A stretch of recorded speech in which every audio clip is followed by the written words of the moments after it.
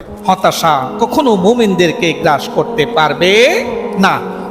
ডানে বামে পেছনে শত্রু দল আর সামনে লোহিত সাগর, শত্রুরা পেছন থেকে তাড়া করছে। সঙ্গীরা বলছে মুসা ইসলামের, ইন্না লামুদরাকুন, নিশ্চয়ই আমাদেরকে মনে হয় দৌড়ে ফেলবে। মুসা আলাইহিস সালাম বলছেন, না না না, ক্বালা কাল্লা ইন্না মাইয়া রাব্বি সায়াহদিন, কখনোই নয়, নিশ্চয়ই আল্লাহ আমাদের সাথে আছে। জোরে বলুন সুবহানাল্লাহ।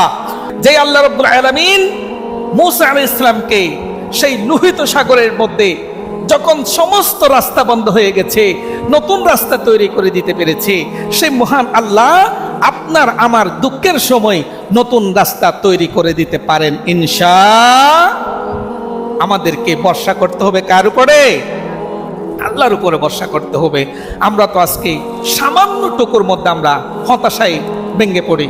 হতাশা কখনো মুমিনদেরকে গ্রাস করতে পারবে না।